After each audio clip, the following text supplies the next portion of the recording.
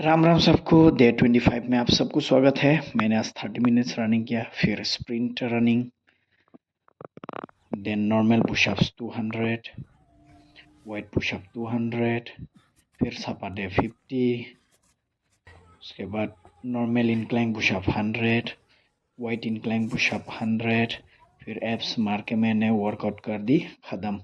घर में आके सना आलमंड्स खाया, फिर अंडा खाया, उसके बाद मैंने खाना बना के खाना खाया।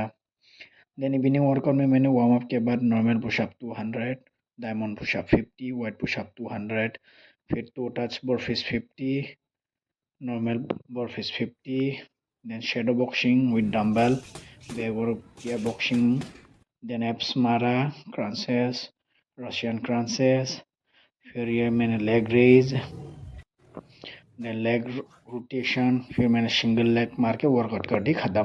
पानी का टास्क कंप्लीट। घर में आके खाना खाया, श्रीमद् भागवत गीता पढ़ा, देन ये रहा इसका सेल्फी।